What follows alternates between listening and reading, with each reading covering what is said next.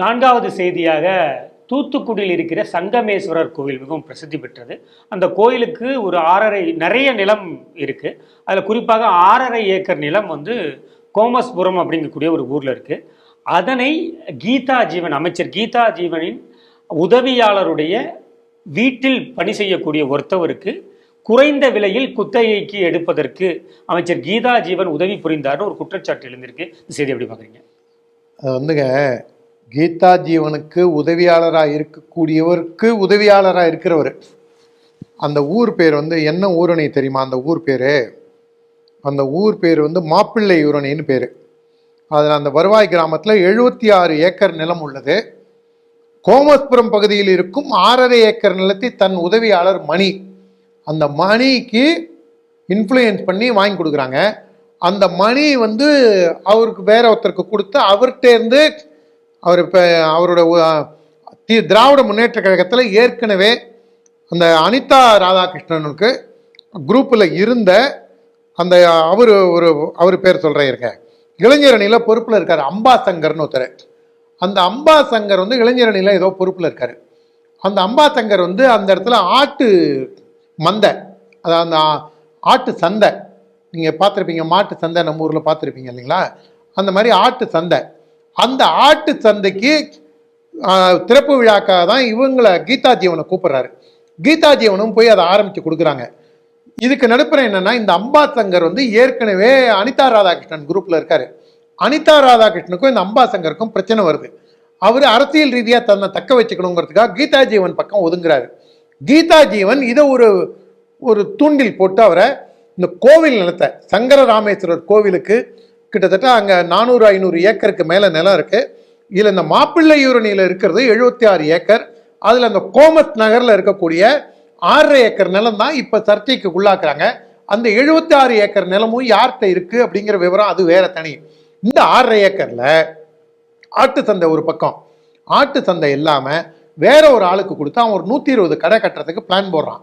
அந்த 120 கடை கட்டி பிளான் போட்டு அந்த வேலையே முடியறதுக்கு முன்னாடி அந்த ஒன்றிய கவுன்சிலர், அவரும் திமுகவில் பொறுப்பில் இருக்கிறவர், அவர் தன்னுடைய இதை பயன்படுத்தி இன்ஃப்ளூயன்ஸ் பண்ணி இந்த 120 வீட்டுக்கும் வரி இது கொடுக்க சொல்றாரு. இந்த 120 கடைகளுக்கும் என்ன காரணம்னா, வரி கட்டிட்டான்னா கிளைம் பண்ணிக்கலாம்ல, அவனுக்கு ரைட்ஸ் வந்துடுது இல்லை.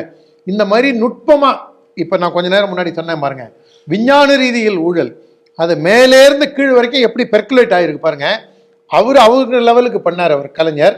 இவங்க லெவலுக்கு இவங்க இந்த 120 கடைக்கும் உடனே வரி நோட்டீஸை போட்டு வரியை கட்டுறதுக்கான ஏற்பாடெல்லாம் பண்ணி இதை செய்யும் போது தான் அந்த லோக்கல்ல இருக்கக்கூடிய ஒரு சமூக ஆர்வலர் அவர் போய் இதை கலெக்டருக்கு மனு கொடுக்குறார்.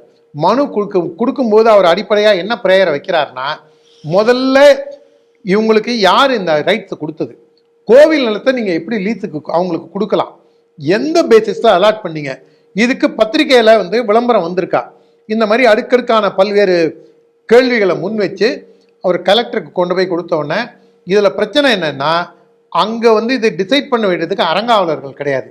ஈஓவே ஃபிட் பர்சனாக இருப்பார்.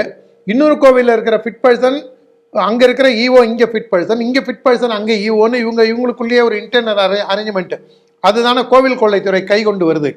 அந்த மாதிரி செய்யறதுல தான் இப்போ போய் சிக்கலில் மாட்டிக்கிட்டு இவங்க இடியாப்ப சிக்கலுக்கு போகிறதுக்கான ஒரு இதுக்கு வந்திருக்காங்க. ஆனால் பத்திரிகைக்காரங்க போய் கீதா ஜீவனை கேட்கும்போது எனக்கு அதெல்லாம் ஒன்றுமே தெரியாது, முழு பூஷணிக்காயை சோத்துல மறைக்கிறாங்க, இவங்க தான் பின்னணியிலேருந்து வாங்கி கொடுத்தாங்கன்னு பத்திரிகை செய்தியும் சொல்லுது. ஆனால் பத்திரிகை செய்தியெல்லாம் மறைச்சிட்டு இந்த அம்மா என்ன சொல்கிறாங்கன்னா, அவரு ஆட்டு சந்தை வைக்கிறேன், அதை தொடக்க விழாக்கு வாங்கன்னு கூப்பிட்டாங்க, அதை தாண்டி எனக்கு எதுவும் தெரியாது அப்படின்னு அந்த அம்மா கழுவுரமையில் நழுவுரமைனா போயிடுறாங்க. இது இந்து அறநிலைத்துறையின் செயலற்ற தன்மையை, அந்த கோவில்களுக்கு இருக்கக்கூடிய நிலப்புலன்கள் கொள்ளையடிப்பதை வேடிக்கை பார்ப்பதாக இருக்கின்றது என்பதை மீண்டும் ஒரு முறை காண்பிக்கின்றது. இன்னொரு வீடியோ பார்த்துருப்பீங்க, பொன் மாணிக்கவேல் ஐயா அவங்க ஈரோடு பக்கத்தில் ஒரு பெருமாள் கோவிலுக்கு போய் சாமி கும்பிட்டு அங்கே இருக்கக்கூடிய பிரச்சனைகளை ரொம்ப விஸ்தாரமாக பேசுகிறாரு. ஆனால் இந்த ஆட்சி என்ன சொல்லுது, அந்த கோவில் அங்கே வரக்கூடிய பெண்மணிகளெல்லாம் கூப்பிட்டு தாய்மார்கள்லாம், கோவிலுக்கு வரக்கூடிய தாய்மார்களெல்லாம் அழைச்சி அவர் இந்த விஷயத்த சொல்கிறாங்க. அந்த தாய்மார்கள் ஏற்கனவே அவர்கிட்ட இந்த விஷயத்தையும் அப்டேட் பண்ணி தான் வர வச்சுருக்காங்க. ஆனால் பல்வேறு இடங்களில் நடக்கக்கூடிய அட்டுழியங்களை எல்லா ஊர்லயும் நடக்கிறத நீக்கமர என்ன நடக்குதுன்னா, எப்படி தமிழகம் முழுவதும் நீக்கமர ஊழல் நிறைந்திருக்கின்றதோ அதே போன்று நீக்கமர இந்து அறநிலைத்துறை கோவில் கொள்ளையத்துறையாக மாற்றி இதே போன்ற வேலையை தொடர்ந்து திராவிட முன்னேற்ற கழக ஆட்சி செய்து கொண்டிருக்கின்றது. கோர்ட்ல தீர்ப்பு கொடுத்து கூட பல இடங்கள்ல எவிக்ஷன் வரல. இங்க வேங்கேஸ்வரர் கோவில் குளம் இருக்கு மெட்ராஸ்ல, நூறடி ரோட்ல வடபழனியில. அந்த கோவிலுக்கு அது ஊருணி நீர்நிலை, அதனால உள்ள இருக்கிறத எவிக்ட் பண்ணணும்னு சொல்லி மெட்ராஸ் உயர்நீதிமன்றம் தீர்ப்பு கொடுத்தும் அது அப்பீலுக்கு போகும்போது அதை வேடிக்கை பார்க்கின்றார் அங்க இருக்கக்கூடிய இஓ செயல் அலுவலர் வேடிக்கை பார்க்கிறார். நாம அந்த டெப்டி கமிஷனருக்கு ஃபோன் பண்ணி அப்பாயின்மெண்ட் வேணும் அப்படின்னு நம்ம தரப்புல இருந்து பேசும்போது அது இன்னி வரைக்கும் அப்பாயின்மெண்ட் கொடுக்கல. நான் 23ஆம் தேதி ஊர்ல இருந்து வருவேன். நாங்க ஊர்ல இருந்து வந்ததுக்கு அப்புறமும் இது வரைக்கும் பார்க்க மறுக்கின்றார்கள்.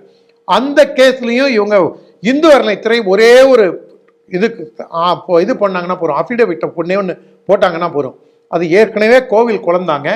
கோவில் குளம்னா அப்போ குளமாகத்தான் இருந்ததுன்னு கௌரி சங்கர் அதுக்கு ட்ரஸ்டியா இருந்த கௌரி சங்கர் 1965 நினைக்கிறேன். அதுக்கப்புறம் சப்சிக்வெண்டா 1982 நினைக்கிறேன். 2 தடவை அது கோவில் குளம்னு அவரே சர்டிபிகேட் வாங்கியிருக்காரு. பின்னாட்கள் அவரும் அவர் பையனும் தான் அந்த கோவில் குளத்தையே பங்கு போட்டு விற்கிறதுக்கு காரணமாகவும் அமையறாங்க. இதை அடிப்படையா வச்சு இந்து அறநிலைத்துறை மெட்ராஸ் ஹைகோர்ட்டை ஒரு காரணமா காமிச்சு ஏற்கனவே தீர்ப்பு வந்திருக்குங்க, ஏற்கனவே டாக்குமெண்டல் எவிடன்ஸ் இருக்குங்க, அதனால இது நீருணி தான், ஊருணி தான், நீர்நிலை தான் அப்படின்னு சுப்ரீம் கோர்ட்ல ஒரு அஃபிடவிட் போட்டாங்கன்னா நாளை காத்தால அங்க எவிக்ஷன் நடந்து மீண்டும் அங்க குளம் வரும். ஆனா இந்து அறநிலைத்துறைக்கு அதுக்கு நேரம் இல்லை, அந்த அமைச்சருக்கு அதுக்கு நேரம் இல்லை. அந்த அமைச்சருக்கு ஸ்டாலின் கூடவும் உதயநிதி ஸ்டாலின் கூடவும் சுத்திட்டு இருக்கிறதுக்கும் கோபாலபுரத்துக்கு போறதுக்கும் அவங்க கலைஞர் குடும்பத்தோடையே இருக்கிறதுக்கு தான் நேரம் இருக்கே தவிர கோவில் விஷயங்களை பார்க்கறதுக்கு அவங்க நேரம் இல்லை. கண்டிப்பாக இதை ஆண்டவன் கவனித்து கொண்டுதான் இருக்கின்றான்.